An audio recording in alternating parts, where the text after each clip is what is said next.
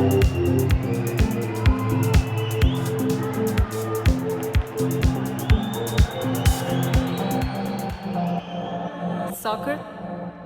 situation.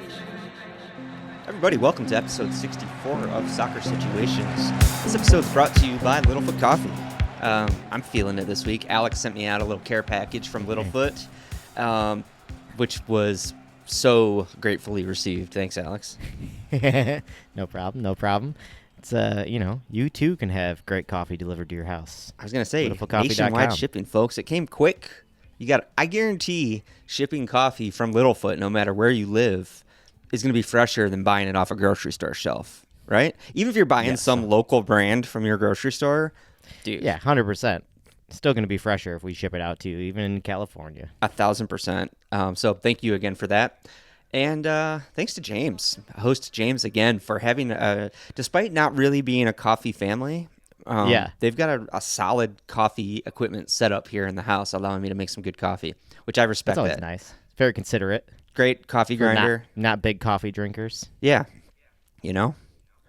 But yeah, littlefootcoffee.com. I believe you can still use the promo code situations for 15% off. Is that right? Yes, absolutely.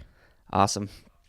All right, this week, folks, we've had a huge one. The Premier League's back from the last international break until March. And really? This That's week great. We've had power shift in Manchester. Have we? As Manchester City were humiliated by Tottenham Hotspur. But Manchester United didn't exactly make the statement they wanted to in the midst of that. Huge week for Liverpool, both looking behind and ahead as they go 8 points clear at the top of the table. I want to talk about dynamic duos in the league this week. Let's talk about buddies pairing up and making magic. I've got a few in the list to talk about. And we've got Javier Mascherano, Monster Mash, coming to MLS to talk about a fucking buddy club down at Inter Miami. Best friends club going on down there. Yeah, is that club at risk of becoming kind of a friends group meme, or is it a real football club? I don't know. We'll see. We'll find out. All of that and more this week in Soccer Situations. All right, Alex, should we just dive right in? Well, I didn't put any notes in Casual Corner this week. Do you have anything to talk about? What's going on with you? What's going on with me? Still, living with Richard now. Things are going all right, as Richard goes. That absolute lunatic. Yeah, he's a maniac. I talked Him to and him. Bailey together is an insane combo. Oh, yeah. Yeah, how is Bailey evolving? She's a menace. She's immediately turned into a menace now Has that she? Richard is running the show. Yeah. She's crazy, man. She wakes me up constantly. She's constantly crying. I think she needs to go out, and then she just wants treats. Really? Because she knows she can bully Richard, so she comes and tries her tricks on me as well. It's maddening. That's tough, dude. That's honestly been the only annoying part so far, which really is not that bad. Right on, dude. I have nothing new to report, really. I've just been working and surviving out here, Working and surviving. Yeah. When do you start the new gig? Monday? Oh, yeah. I start my new job back in coffee, go figure, at Go Get 'em Tiger. I start tomorrow morning bright and early. So I got to get this edit knocked out tonight. Yeah. Yeah. You open tomorrow? Yeah. I'm opening with my new boss tomorrow. Should be fun. Nice. Yeah, that's cool. Yeah, Back in the coffee game. coffee life, dude. I can't escape it. It's a blessing and a curse because you can get a job anywhere when you have a skill set. But then also, do you want that job? I don't know. No, I think this will be pretty chill. Yeah, Go Get 'em Tiger's a good spot to work. I'm going to turn this volume up a little bit here. Sorry, I couldn't hear you. But Liverpool are keeping me buoyant. I was going to say, Liverpool keeping the joyous spirit alive. Right? Although they're really not. We'll come on to that. I want to start in Manchester, but damn, another just stressful, miserable game for you. Got some text messages. You could feel my anger this morning. Yeah, that it was an unexpected match. It almost, the cynic in me honestly expected it. Because whenever we're top versus bottom, I feel like bottom comes at us. They have nothing to lose and just blitz us. It's true. Anyway, yeah, we're talking about Manchester, dude, today. What's happening in Manchester right now? I know, right? This was the week of Ruben Amorim's dramatic arrival at Manchester United. The latest solution to all of their problems. He's a handsome guy. His sporting team was undeniable. He's got swagger for sure. He's got swagger, and his arrival is coinciding with Pep Guardiola's first ever managerial crisis. This seems like they've had blips before, but this feels like the first time that they've felt truly weakened and in a bad spot. Yeah, it's been really, really heavily documented that this is his first time ever losing 5 straight.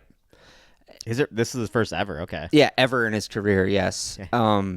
Which is fun, and of course he's being predictably petty about it. Of course. At first he was like, yeah, maybe after you win 5 or 6 years, it's time for someone else to win. And then after this loss, he was like, maybe after 8 or 9 years, a team can lose. His numbers keep going up.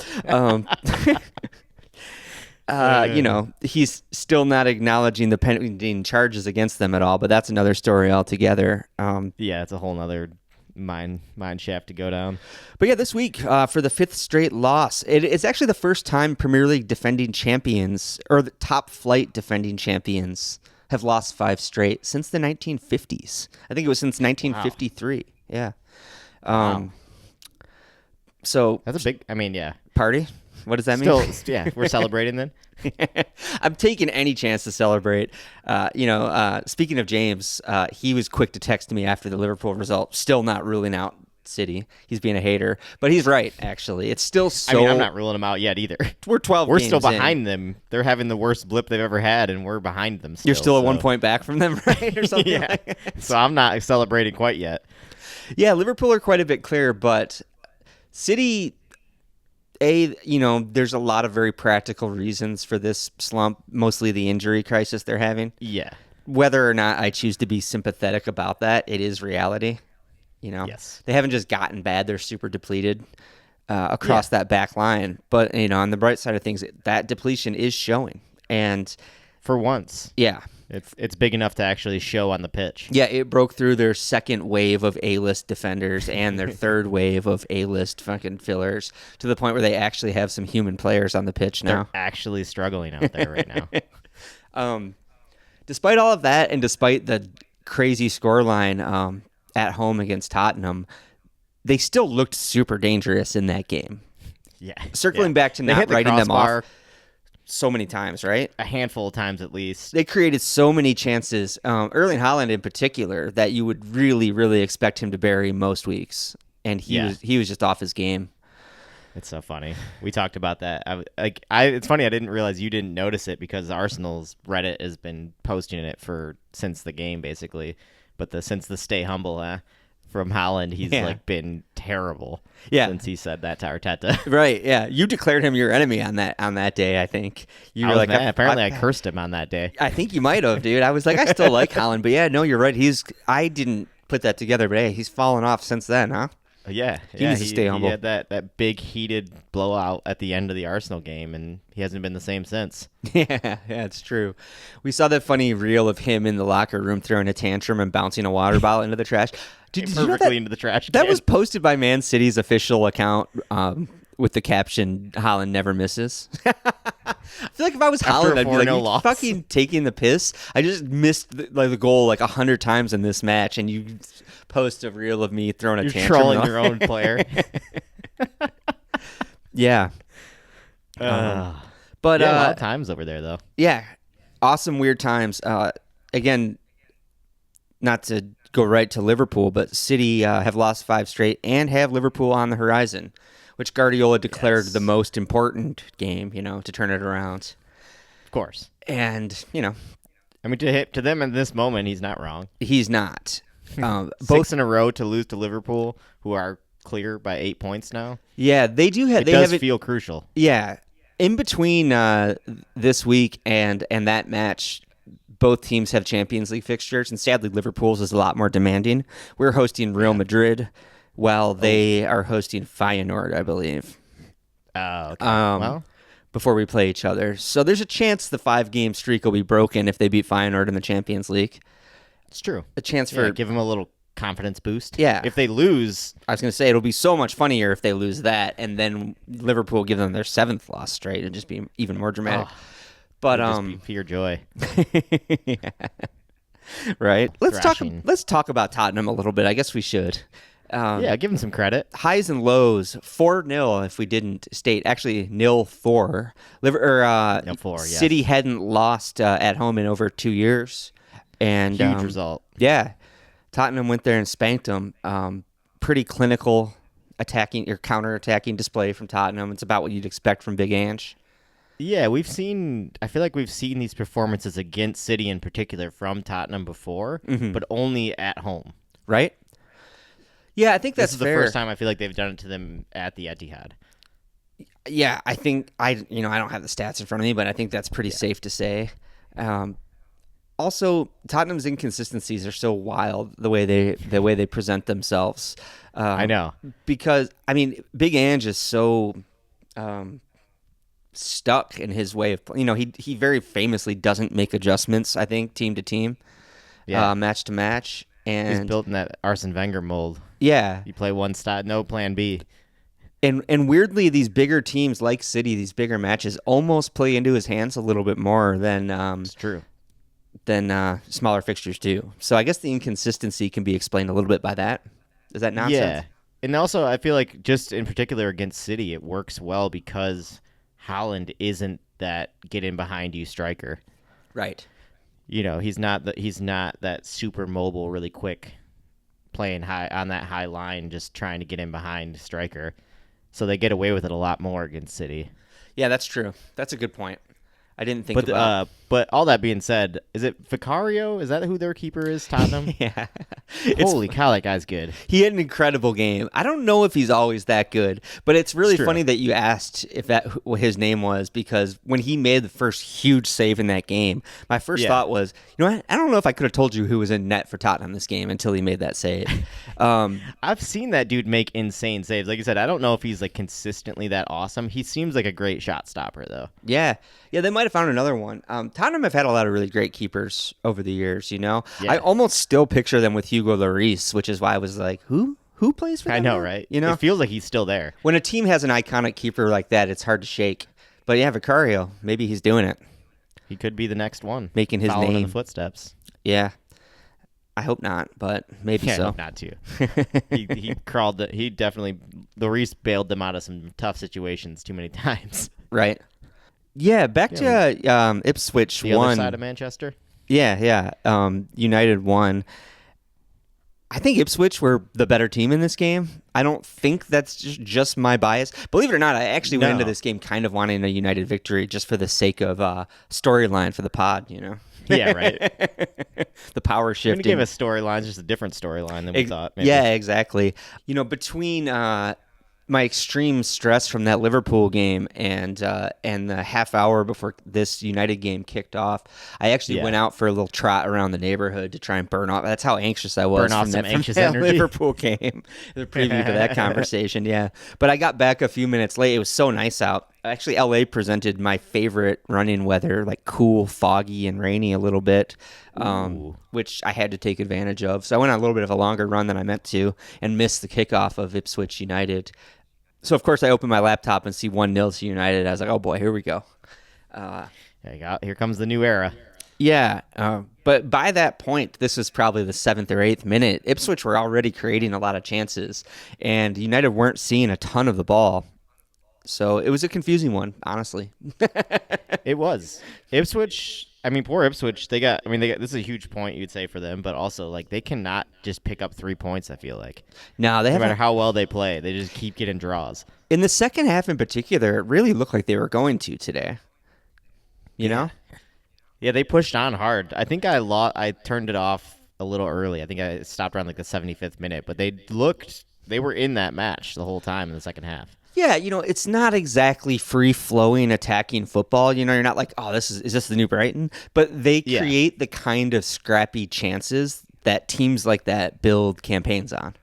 Yes. They create a lot of those create scrappy chaos. chances. Mm-hmm.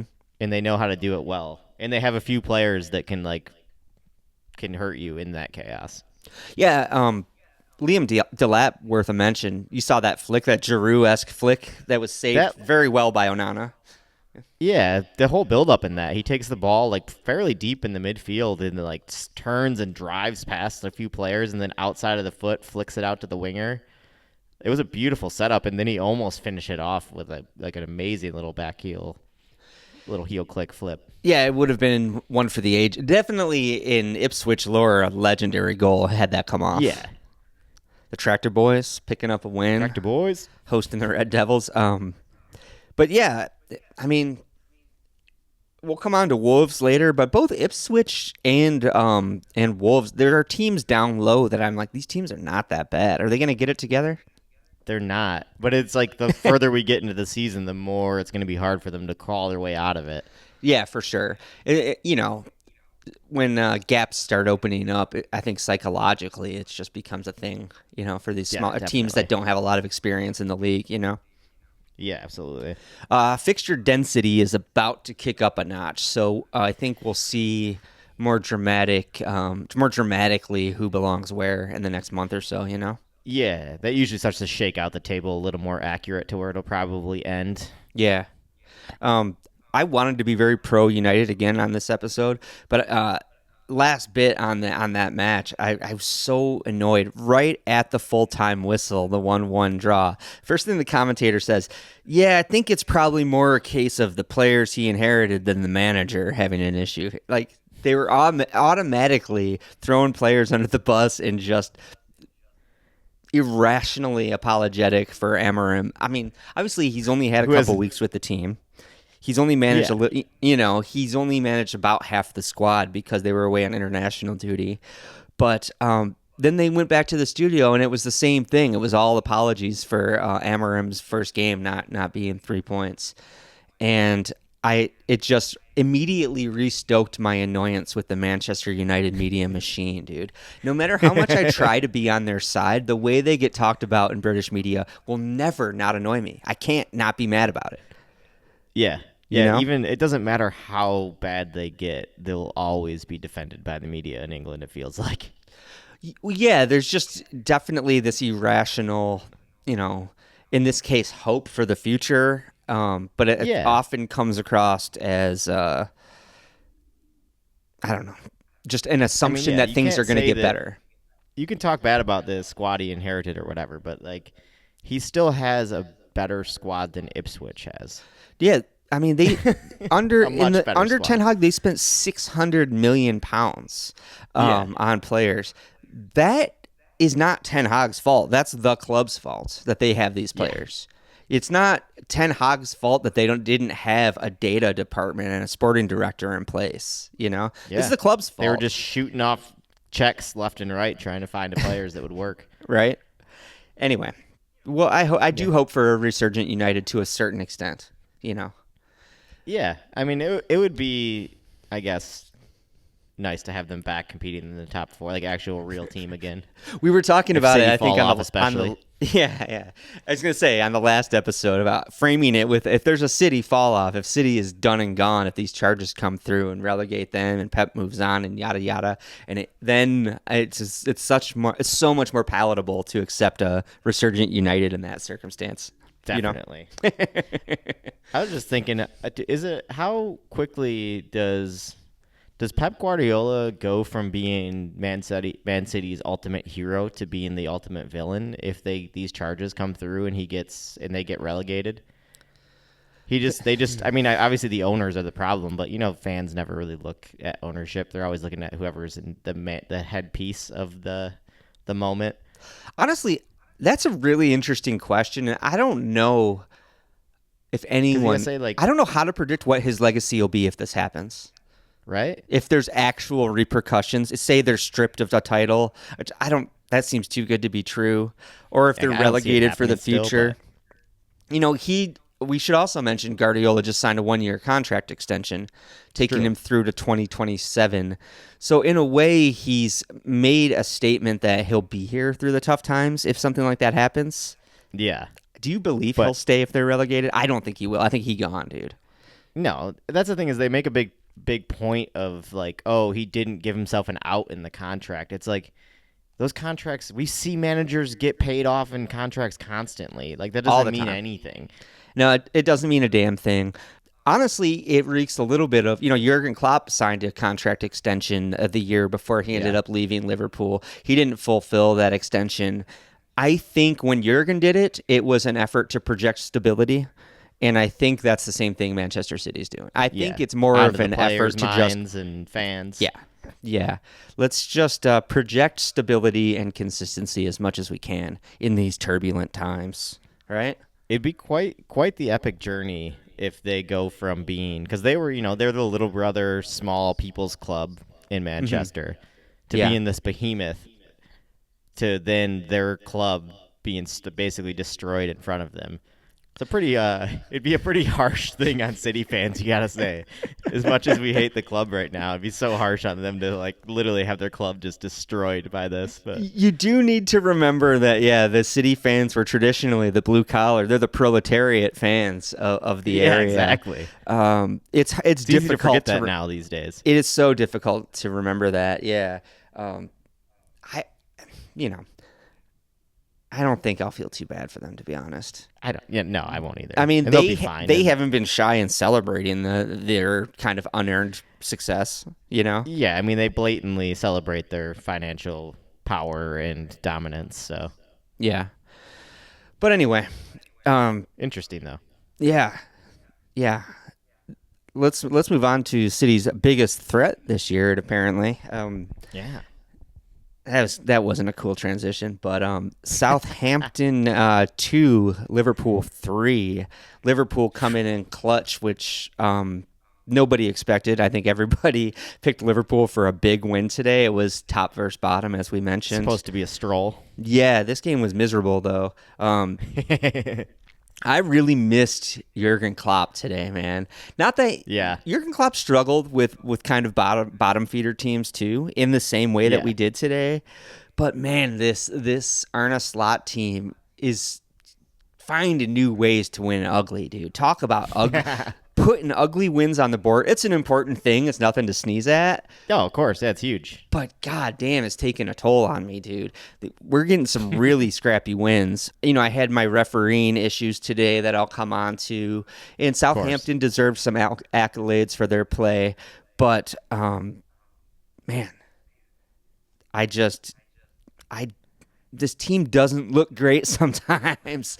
Being 8 points clear at the top is I don't want to sound ungrateful. You feel insane saying it, but at the same time, when you're like such a fan of a club and you've been watching them for so long, you see these patterns and things that worry you, and these things that are like this is going well, but for some reason there's something off. Yeah, I mean truly, there's not the fluidity that we've gotten spoiled by in the Klopp era. There's still individual talent, and there's new talent. Like Gravenberch week by week, I'm becoming more convinced by that he's not just a flash in the pan. The amount of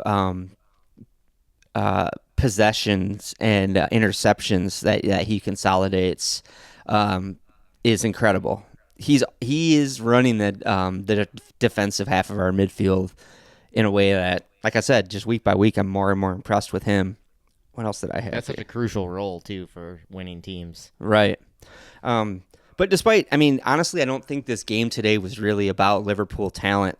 Southampton, and this is not an original thought. The commentators were all over this, but Southampton, absolutely suicidal. Yeah. It's been their reputation all season. Errors at the back leading to goals. They're insisting on playing out when they didn't even have their first choice keeper in today. They had some old man. I don't know who he was, but he looked about my age. Yeah, right. And they don't have the personnel, and they're playing under a really high counter press. And sure enough, they gave us all of our goals today, honestly. Yeah. The first one was just insane keeper rollout to a defender that had 3 men on him. Played it back to another defender who once again didn't just lump it out.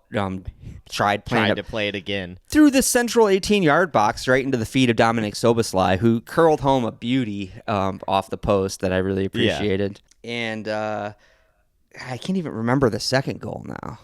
obviously there was Salah. Oh, it was another Salah goal. That's right. Yeah, Salah scored the second, then got the penalty. Yeah, exactly. 2 Salah goals. Salah with 16 goal involvements in 12 games already in the Prem this year. Damn. Yeah, 10 Ripping. goals, 6 assists. He's ripping, dude. Undeniable. Still not on a new contract. Yeah, Um, interesting. But yeah, no, Southampton, the penalty was just a goofy handball. Yeah. Undeniable, I think. But Southampton, they gave us that game. They really did. I don't think they should have at least gotten a point out of that game. When I Minimum. was complaining about the kind of ugliness of that win, it boils down to the fact that I don't feel like we earned it. I feel like Southampton's implosion kind of gave it to us. Yeah.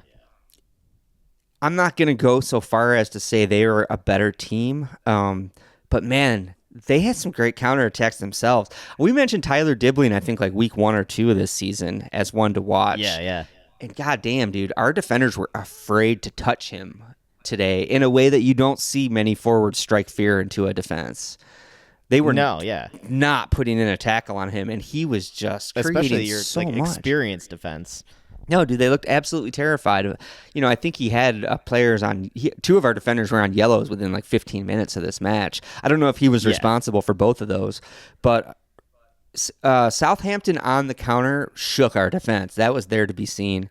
I'm hoping that other teams don't notice that and take advantage of it because I think a better team could have. Yeah. Luckily, It was driving. I think City next weekend will probably just try and play their game anyway. They're not going to adapt. Yeah. No, I don't see them doing anything dramatic. Although you never know. Guardiola has talked about it being the most important game, and when Guardiola loses his mind, sometimes he does silly things. So, that is true. He has been known to throw a wild lineup out or something. Right? Speaking of Guardiola, I was losing my mind so much today. I actually had the thought it would have been really fun to see him watching this game after their loss. To see him watching the Liverpool game to see if we were going to stretch that gap.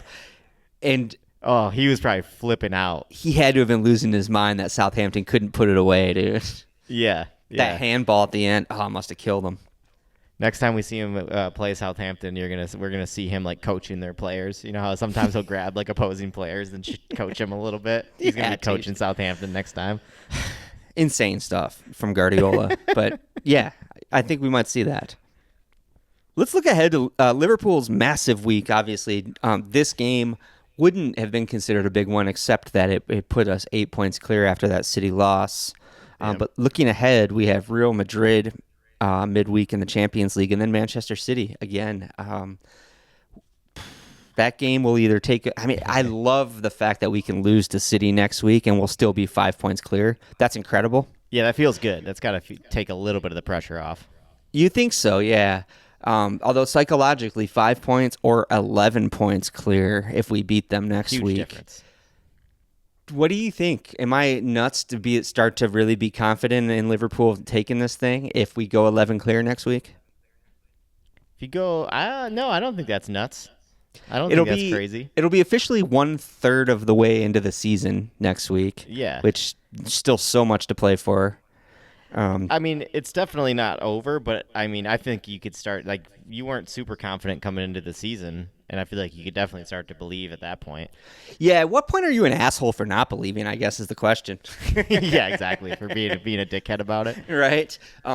In our winning season when Liverpool hadn't won a title for 30 years, it took until Boxing Day before I believe. We smashed Leicester on Boxing Day at the end of a tough holiday run. And when we came out of that marathon with a big win, I was like, you know what, we're doing this year. We'll see if I feel that'll do it. Yeah, I don't have that confidence yet. We'll see if it comes by Christmas, Yeah. We've seen teams overhaul big point gaps all the time, but yeah, I think you got to start to feel confident. Anytime I'm 10 points or above, like in the lead later in the season, you got to start to believe that you can actually do it. Right. Liverpool's nightmare run are almost at an end. After this next week of Real Madrid and Man City, we do have to go away to Newcastle, which has been problematic for a lot of teams, and then we're also away to Everton after that, which is just always a tough match for you guys. Yeah, it'll be Arne Slot's first derby. We'll see how it goes. Everton have been bad. They can't seem to score goals at all. But all of that goes out the window, you know?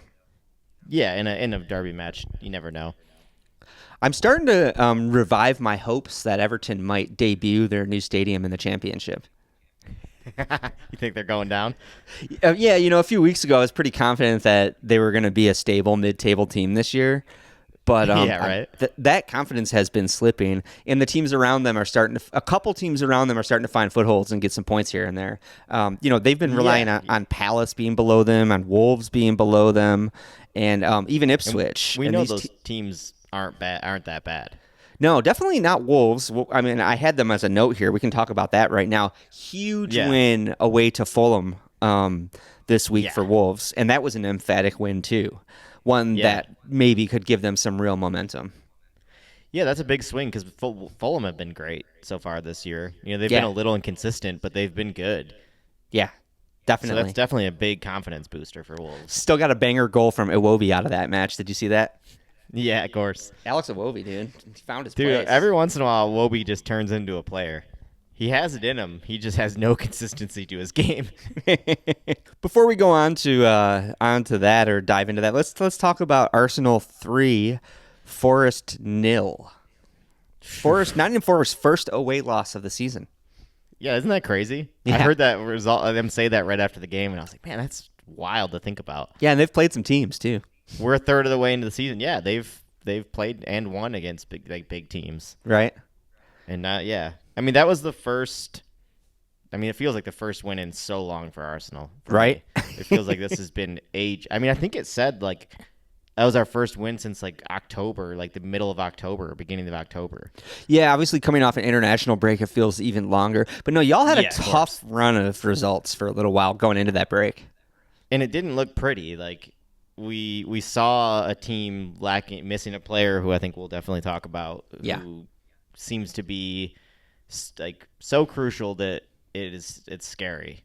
Yeah, it's for scary sure. how crucial he is. Yeah, I mean, I feel like every season, like we've been close now. There's been something like, we lost Partey one year. We keep losing these players that are so crucial to us. But I think we found out who the most crucial one might be. Yeah, at this point. Yeah, no, I think it's pretty obvious. Obviously, let's just go into it. We're talking about Martin Odegaard here, and I was texting you early in that game. It was just like, I don't know if he's having the game of his life or it's just that he's been gone, but I was continually stunned by what he was doing, the way he was pulling strings in that game. He was creating everything. It's insane how much our offense flows through him. It reminded me so much of when you play FIFA as a single player rather than as the full team. And as a single player, the attacking midfield is the role to play in FIFA. It's the so most fun. But yeah, dropping it, always making yourself part of it, dropping into any space that needs calling for the ball and like quickly everything. He was doing it all. It felt so much like a FIFA single player game. It's true. He is fucking genius, dude. The little 4-foot touch passes in the box that are always unexpected at an unexpected angle. There will be a 2-foot patch of space for Saka to run into, and he'll just flick it in there. It'll look like Odegaard's facing a direction that he can't flick to that. But yeah, it's just a little touch, short little pass to find just that little patch, and it's so impressive. He does It's amazing, and I know we're going to talk dynamic duos later, but like him and Saka, that's obviously one of them. Those, in the way Saka knows he can make those runs in that tight space that like doesn't feel like you can make a run into. Yeah, like, and he knows Odegaard's going to find him every time. Absolutely, and it works so often. Right. But yeah, obviously it felt good to be back to winning ways. Obviously, the boys feel comfortable at home. Yeah. They're rolling at the Emirates, but I think it is definitely a little worrying how reliant we are on Odegaard. Yeah, that's why here in the notes I have it highlighting a genius and a problem because damn, it's a different team without him. Yeah. You can think of saw that. You can definitely think of examples throughout the years of teams that have had a similar circumstance, just one talisman. You could argue Rafa Benitez, Liverpool, without Steven Gerrard was nothing, absolutely nothing. Obviously, that's the best example to come to my mind. But I mean, I think, and to a lesser extent, just because they had so many players, but Kevin De Bruyne for years at City was a player where when he was missing, their offense definitely wasn't clicking nearly as well as it was 1,000% with him. I think back to Luka Modric at Tottenham and Moussa Dembele at Tottenham actually too. Yeah, weirdly Moussa Dembele at Tottenham, but Moussa Dembele is one of my most not slept on, but like least talked about players that I rate higher than. I mean, I feel like he could have been a Ballon d'Or winner. He was that level of midfielder. it's funny. Yeah, you always see those stupid internet memes of like the streets will never forget. Yeah, But they're always about players that the street, like obvious ones. yeah, huge players. Like that's one that actually, it's like if you were a real football fan, you will remember him as a player that was like special. He was But incredible. never got the recognition because he was at Spurs. He was at Spurs, and he always had injury issues. I feel like he was in and out He a was out a lot lot. with injuries, but he was as good an all-action box-to-box midfielder with a super. He had this ultra nuanced touch, and yeah, he reminded me a lot of like prime Yaya Toure in a way, but more elegant. Also, maybe like hints of Pogba. Plus, Maybe a little more mobile. Yeah, definitely more mobile than Toure. Yeah. Anyway, amazing player, but we're getting a little bit off track. Off track that. But I mean, yeah, it's funny talking about a Tottenham player in the midst of discussing Arsenal. Yeah, I know, right? Got everything backwards. No, but yeah, so obviously it seems like right now it was Trossard in that role when Odegaard was gone. Yeah. But I think the true like only fill-in we have for Odegaard right now is he playing in Nwaneri in that role, and it's he plays in a similar role. He actually has been. I thought he was going to be a Saka replacement or backup, but he's been filling that Odegaard role more than the Saka role. Okay. Shout out to Alex, by the way. How do you pronounce his name again? Is it Nwaneri? I have no idea. I said Nwaneri, but I have no idea if that. People always say Nwaneri. Okay, Nwaneri. I think that's what I've heard. Yeah. Okay. But anyway, shout out to Alex is what I was going to say. As he was being brought on, Alex was hyping him up as the real deal. He came on and scored a goal. True. Lovely little goal. I did say that in the text thread that this kid might be the real deal, and then he scored. Yeah. He almost scored a beauty like right after I said that. He stepped inside a couple of players and curled one wide. I don't know if I remember that chance in particular, but yeah, the kid looks good. Right after he came on. Right on. But yeah, he got a good goal. The second youngest Arsenal goal scorer behind Fabregas by like a couple hundred days. You're not going to beat Fabregas. Wasn't he like 15? No. He was 17. Oh, he was. Okay. He's one of those, just like Nwaneri is. He comes, he's came on I think for his debut at like 15, but didn't get his like first like full team goal, like first team goal until 17. Okay. Let's return to the Odegaard problem though. We're talking about a 17-year-old being his filler, his backup. You can't rely on that if you're going to be a title challenger, right? Kids don't win titles. But But I think we're close enough to the transfer window now. We can start fantasizing a little bit. If Arsenal want to bring in another, obviously, I don't know if you can say an Odegaard-esque player, but someone to fill that creative role while he's not there. Do you have any fantasy picks for January? What's funny is with all that going on, it almost feels like, and I hope the Arsenal management team isn't thinking this way as well, but it feels like we're still, all the talk is over signing a winger. Sure. Like I've seen rumors of us spending like 90 million euros on Rafinha in January. Oh, really? Yeah. And I'm like, yeah, he's a great player. Obviously, he's amazing. Sure. Fantastic. We could use a little more on the left. But yeah, if we're missing like how delicate it is with Odegaard in the midfield and not planning for something there, I don't know. I feel like that's going to be a huge mistake. Yeah. Because I feel like once a player gets an injury like this, there's a good chance he's going to miss at least one or two more games this year. Was it ACL? It was a knee injury? So it was an ankle injury. It was ankle. Okay. Yeah, not his knee, his ankle. But still, like an ankle injury, those things flare up like all the time. Because your ankles get kicked constantly in these games. Yeah, so there's a good chance he's going to be missing for further periods of this season. Right. Yeah. Whether or not he is, it's probably a good idea to have someone in to rotate him if possible. Give him a little rest here and there. Who do you think is out there? I'm trying to I can rack in my brain who's out there to even sign at this point. Honestly, I don't know if it's just a meme or not, but Paul Pogba's the only one that keeps coming to mind. You get him so cheap, first of all. Yeah. That's the thing. Is like it's almost like you can't lose. You could Yeah. probably give him a 6-month contract. You can in only January. lose if, when he was at United, I was going on and on about what a cancerous influence he was in that locker room. And I really true. think he was. I think he seemed to be the key player in really disrupting Mourinho's time at United. It was very much Yeah. him versus Jose, and that was such a sideshow. It definitely fucked that team up. So Big time. that's the only way I think you can lose. But does Arsenal have the kind of structure that would allow him to do that? I don't think so, right? I don't think so. But that is something that you could see them definitely not even risking it for. Mikel's pretty picky about who he lets into this team at this point, I feel like, personality-wise. Yeah. So that could be something that's making it not a possibility. Yeah, for sure. But yeah, I mean, I would still love to see it, even if it was like a 6-month deal to finish the season, to see what he's got left in the tank. I want to see it just out of curiosity as someone who would be sort of neutral in the circumstance. I think it would be so Right. fun. I think it'd be really fun to watch. Aside I mean, from if we're that, going to be chasing the title this year anyway, we're already falling behind a bit. We might as well gamble a little bit, right? yeah, have some fun with it. Yeah. Get a little spicy with it. Right? Yeah, I don't know, yeah, man, back but to winning ways. Yeah, back to winning ways. It felt good.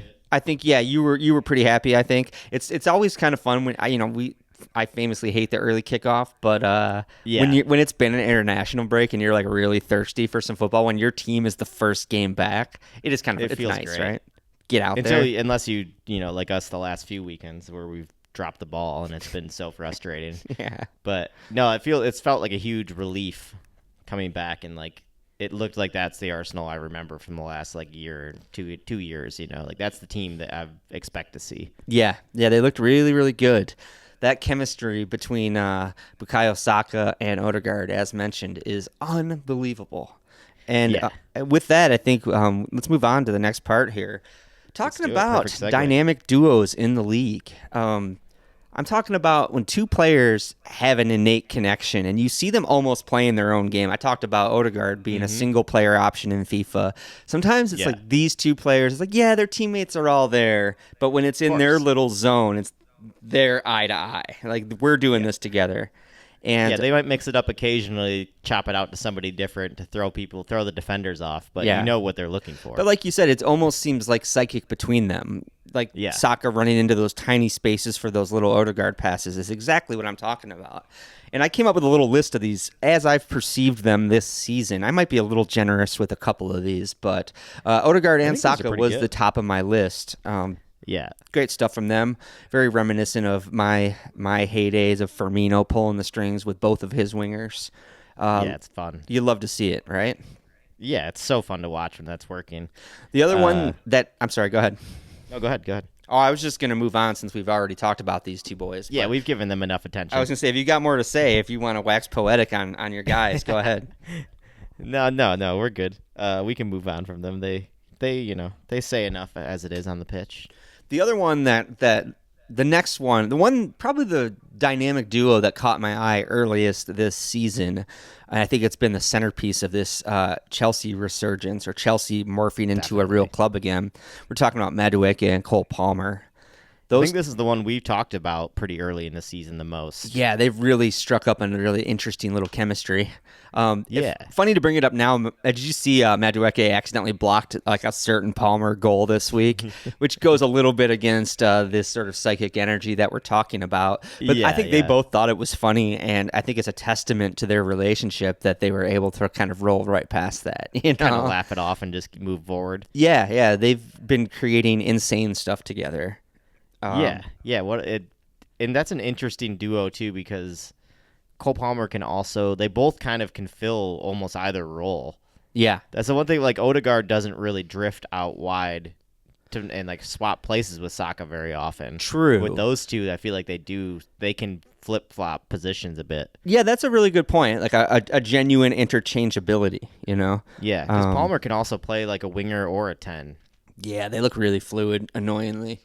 Yeah. No, honestly, I've enjoyed watching those two play together. If you're watching what your enemy is, at least it should be enjoyable, and they're making it fun over at Chelsea. Yeah, I mean, I'll always choose to watch something like that, like more enjoyable, more like fluid, fun play, even if it is from a team I don't love. Who is Eden Hazard's buddy when he was at Chelsea? Oh, That's a good question. I feel like Man, he my had brain. one too, or maybe He did have a partner. You know, He was kind of more of a one-man show than these these people we're talking about, but I feel like he did have a partner in crime. He liked to dribble at a defender, but I feel like he loved a give and go as well. It's true. It's true. Who was his guy at that time? I can't believe we can't remember that. Yeah, it's fine, Alex. Who cares? It's Chelsea, they ain't got no history. Exactly. Right? Let's move on to one of the emerging dynamic duos of the league, I think. Yeah. Brighton, we talk about plenty on this podcast, but in particular, Kaoru, my Japanese is off today, Mitoma and João Pedro. The Brazil-Japan connection at Brighton is really starting to look like a lot of fun. João Pedro was one when Brighton signed him, didn't have my eye on him, and we made the joke, I'm sure he's going to be great. And sure enough, he is coming good.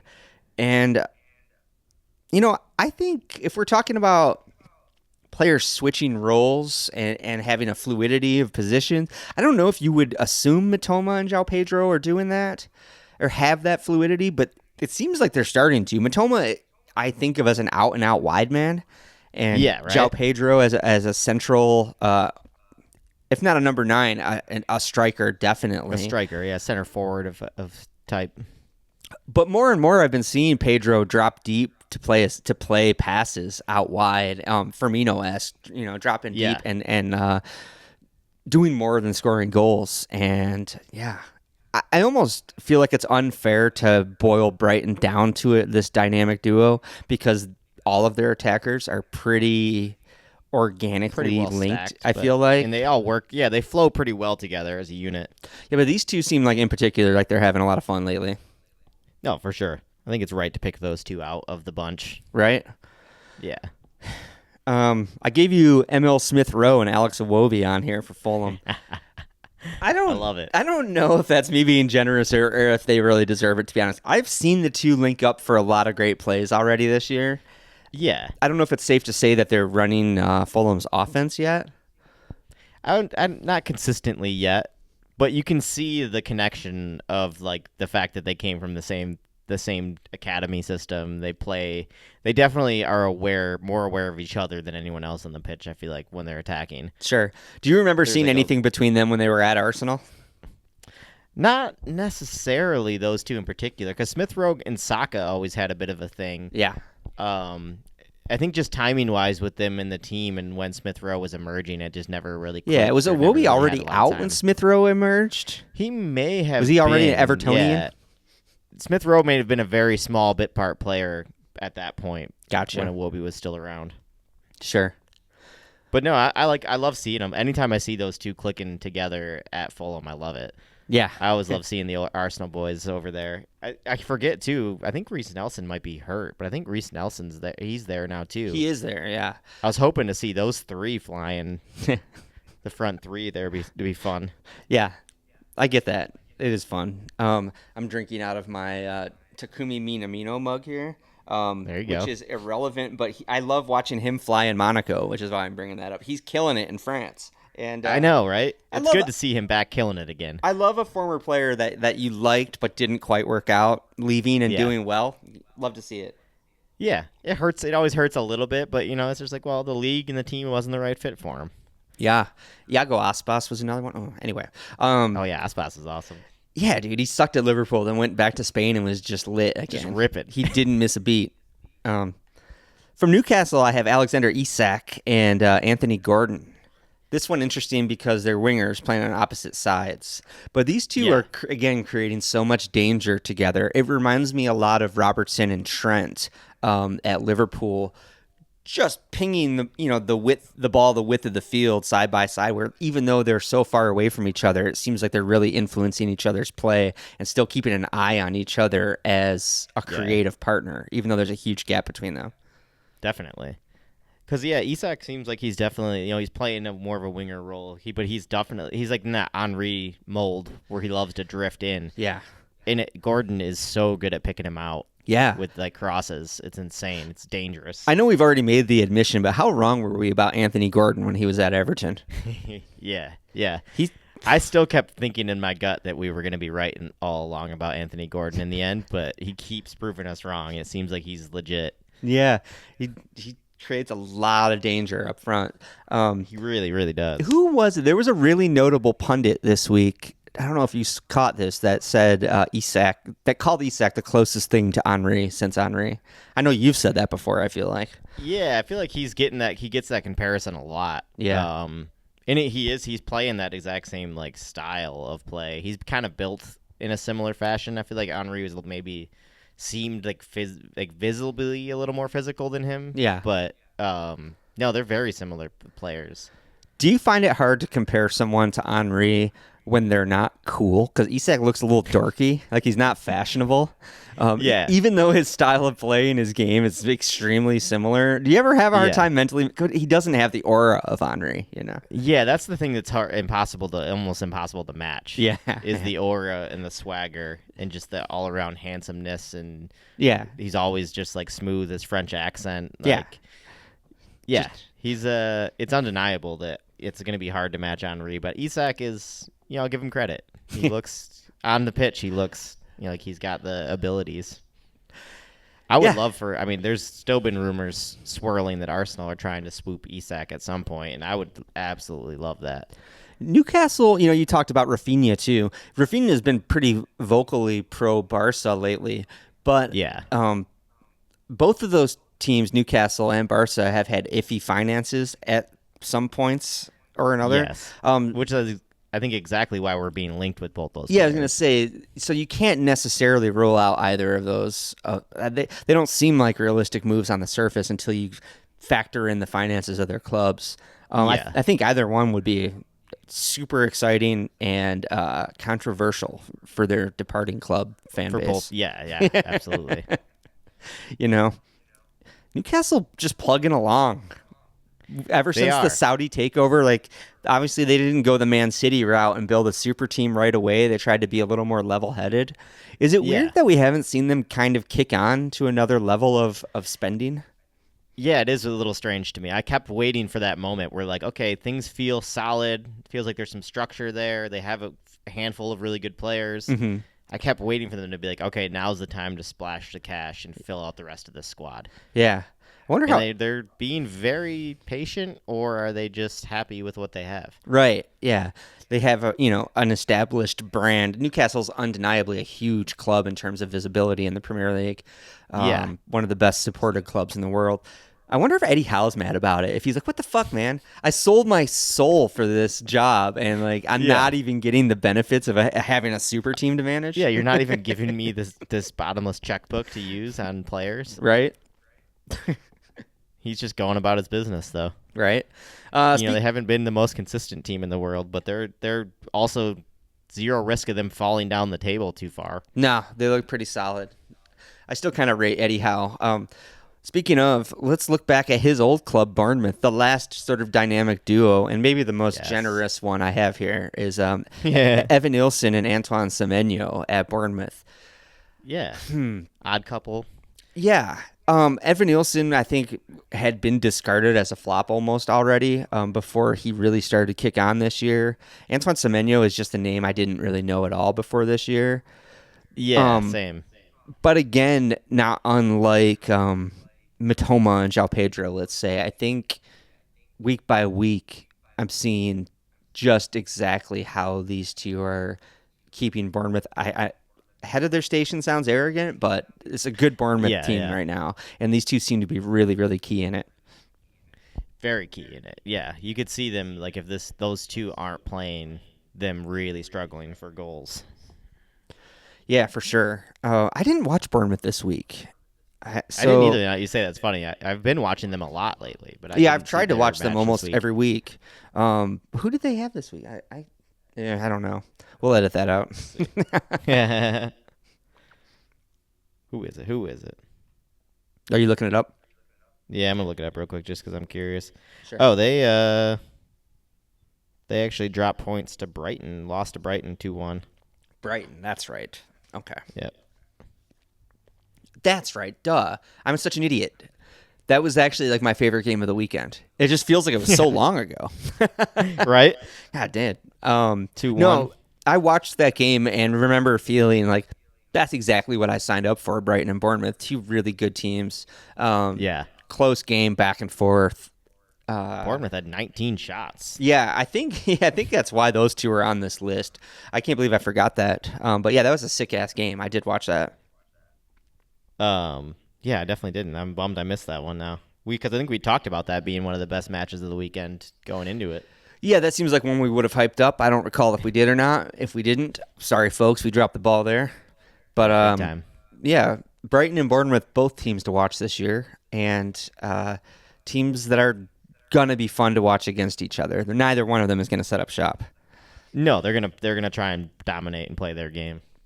You could almost see because Brighton has managerial turnover the way Chelsea has player turnover. You could almost see Iraola at Brighton at some point in the near future. The way he's going at Bournemouth, Right? you know. You could see that. You could see that move happening. Is it? If the gap stays like kind of that way. Yeah, I was those gonna say, clubs. can you officially say Brighton is a step up from Bournemouth, right? That's not disrespectful to say. No, I think it is at this point. You know, I think obviously 5 to 10 years ago, you would think both of them as just minnows, equally so. But Brighton have really stepped it up in a way that Bournemouth haven't quite. They might be on their way to this year. I don't know. Yeah, I mean, if just looking at the table, Bournemouth are 13th and Brighton are 5th right now. So Right. Step up. There you go. step up. That's 8 Let's steps jump up the table.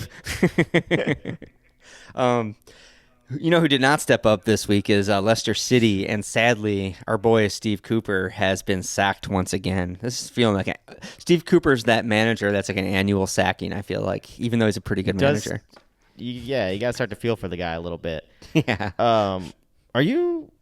I mean, I guess I'm looking at their results and I'm like, it is bad.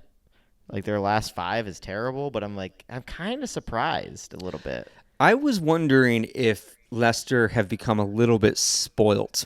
Obviously, Premier League winners. They've had some massive teams in the past. And when they went down to the championship, they got Enzo Maresca, who built an incredible team and trounced the championship to come back up before leaving for Chelsea.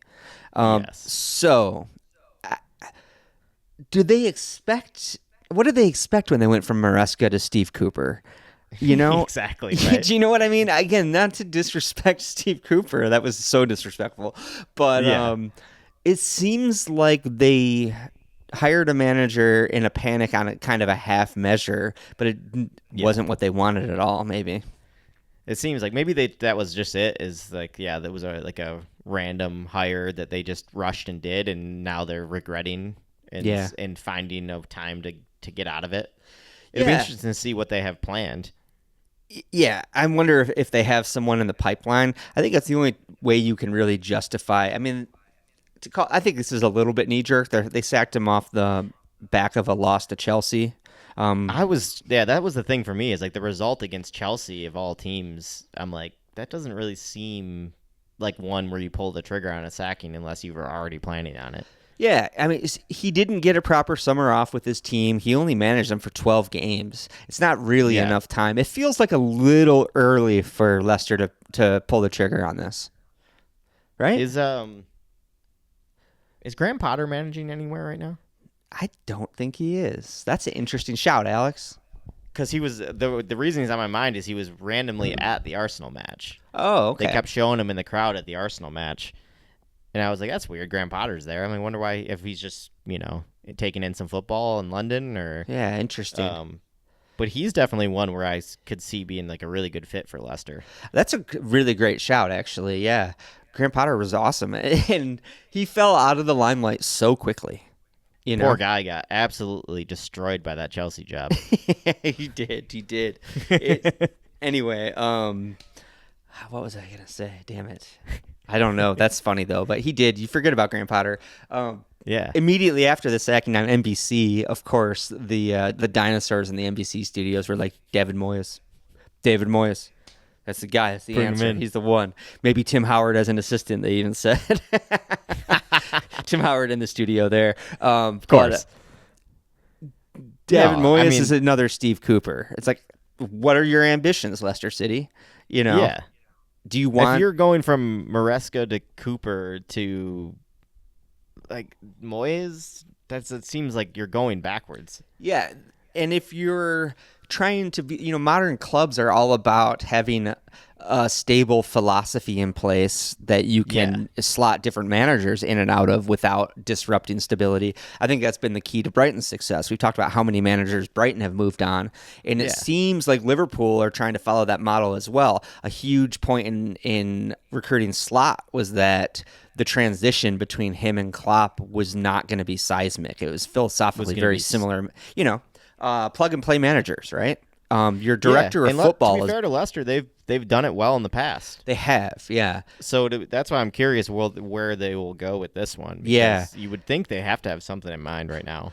I hope for Leicester's sake that it's Potter and not Moyes. Yeah, thank you. If those are the two kind of options. Yeah. One's way more ambitious. One would be just let's survive this season kind of feel. Exactly right. Yeah, if you really want to boil it down, it's mediocrity but stability versus true progression, maybe at the risk of a step back before you take one forward, Yeah, right. Yeah, you could put yourself in a position where you're still fighting down near the relegation zone all season long, but yeah, we'll see where their ambitions are. Yeah. What else you got, Alex? We're ticking a little over an hour here. Obviously, we could look ahead to the Champions League. I know the Arsenal Champions League match. I know in the midweek is going to be an interesting one. Who do you got playing against Sporting? Sporting, who spanked City. Yeah, are they managerless or do they find someone already? I don't know. That's a good question. They think obviously they have an interim, but I don't think they have a permanent manager yet. Okay. Yeah, it'd be interesting to see how that team performs. Yeah, whether that was just a last bit of orgasmic celebration and on Amorim's way out, but yeah, they've looked pretty good. Like I said, Liverpool have Real Madrid. We have points to spare at the top of that table as well. No big deal. But we're top of the Liverpool top of the leagues now these days. Yeah, that's that is. I forgot you guys are top of the Champions League too. That's crazy. Yeah, it's true. I even saw some cool data analysis that was just ranking the top 5 leagues in Europe cumulatively. Like it was all one league, and Liverpool were top of that league too, Alex. All right. Don't worry, folks. I'm a lot more stressed about it than I'm putting on right now. I mean, we've stumbled into some points, man. Anyway. But you're there. We're there. So far, so good. You're there. We can't pick up points in the Champions League. Yeah, you want to be stumbling into points if you're stumbling anywhere. Arsenal in the Champions League just straight up stumble. Yeah, it's a big stumble right now. And it has been, and the new format has not been helping us. Maybe it looks worse than it is. This is still essentially a group stage just presented like a league format. So there's so few points on the board that it's still going to shuffle really dramatically, It is. It's hard to, because this is our first year seeing it, I really don't know what to think of where we're at in the table there. There's plenty of big teams in the same position we are right now. Definitely. Madrid being one of them. Yeah, just in that middle zone where you have to face an extra knockout round before you move on to the proper knockouts. Exactly. It's like you're going to move in. There's going to be a pretty dramatic, it seems like, sort of wild card round after this. Where is it 9th through 16th place or something like that? Have to do a knockout, a one-off knockout round, 2-legged knockout. Right? I mean, that'll be interesting. You got to say they are keeping it tense and with this new format. Yeah, I think it's a lot of fun. I was laughing at the Ramble again because they were 2 weeks behind us debating. Wait, is this new Champions League actually more fun? It's really fun to talk about. I was like, nah, we already did that, y'all. Shit, did they actually get it right? Is this fun? I think it is. So far, I'm into it, man. Obviously, we've done really well. It. But looking at the league table is just a lot simpler than clicking through 12 different groups of 4, Yes. Even though... And we're getting crazy matchups all over the place. Yeah. I think that's the only real debate is that not every team has the same I guess that's the same in the groups too, though. It's just a mirage that it somehow looks more uneven, you know? It feels different because it's broken. It's just all one table now. When you're playing, you're kind of playing. It's because we're used to seeing a table in a league format, and you play. Everybody plays everybody, and that's just how tables work. Yes. And now we're like, wait, they're changing the rules on us now. Yeah, it looks like everyone just has like 8 random opponents that don't repeat. Yes. You know. Yeah, but you have to trust. Which feels weird, but I think you're right. It is essentially the same when it shakes down. Yeah, I think so too. Anyway, Champions League's back this week. That's fun. Yeah, football's back. You said no internationals till March now? No internationals till March now. Awesome. We're in the marathon point of the season. That point of the season where you can, where you said it feels like City can put up sometimes 5 points a week, or you know what I mean, a match week. Certainly, yeah. Where gaps, they start gaps can extend. Even though your team's winning, somehow they catch you. Yeah, doesn't make any sense at all. It's like, what did they get an extra match somehow? Anyway. Yeah, gaps can expand or diminish really, really quickly in December, which we're just about to head into. Yes, the holiday season is upon us. How's it feel in Michigan? Is it starting to feel very festive? It's we had one light dusting of snow so far. Okay. It's definitely cold. It's definitely gotten cold and gray already. Yeah. But no good snows yet. Okay. Chicago got a big dumping, it looked like, but we didn't get anything. It kind of dusted and then melted immediately. I saw that. It was making fun of Saturday's football. LA company that had recently expanded to Chicago closed their store on the first snowfall for due to inclement weather. Was it like a couple inches? 3 inches of snow. I don't think they even got 3 inches. I saw photos of that. It was a dusting. But you don't shut down Chicago for that. Yeah.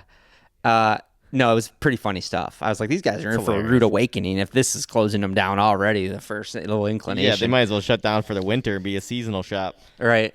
Vice versa. On day one here, I was making fun of James for being chilled in LA.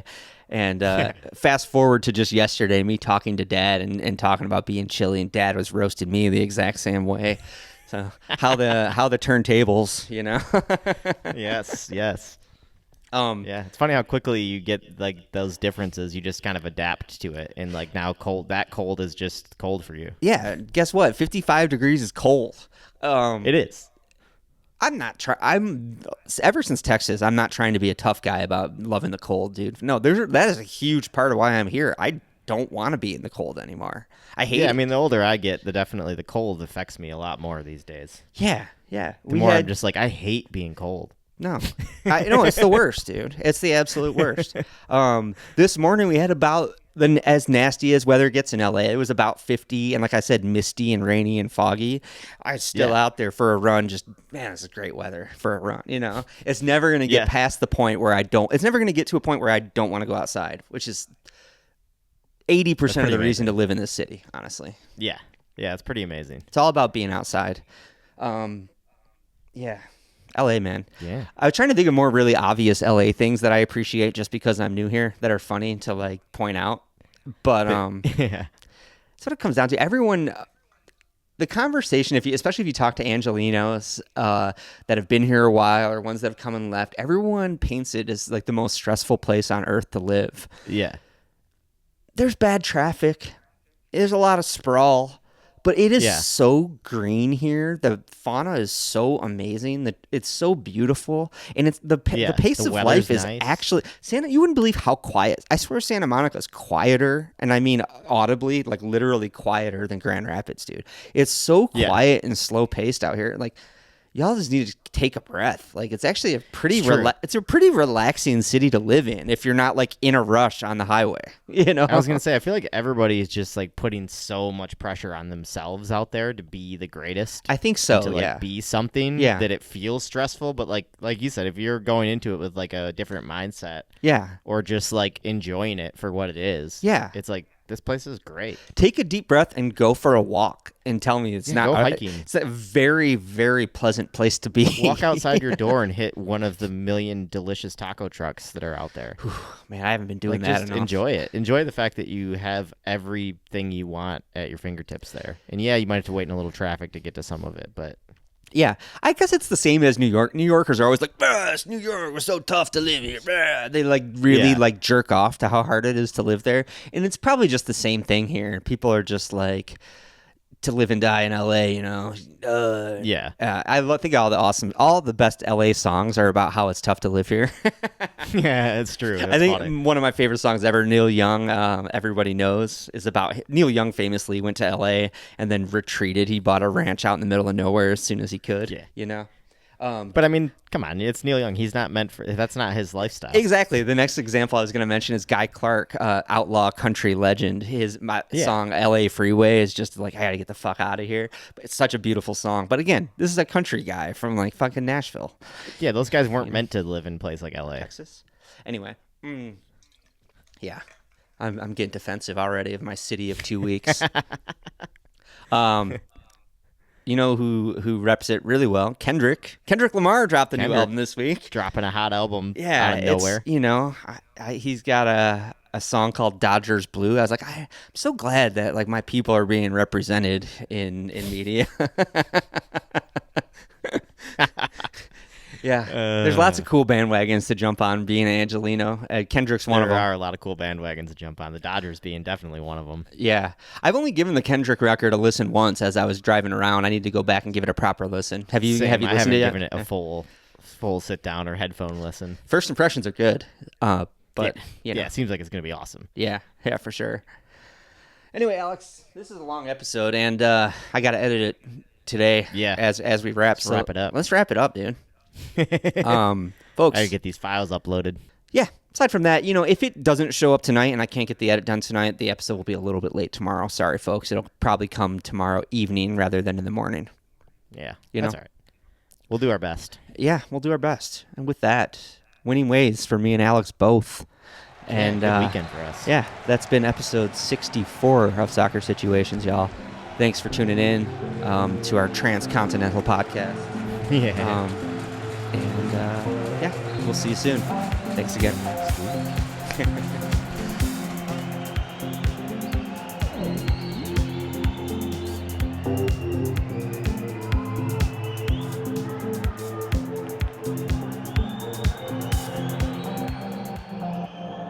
Soccer situation.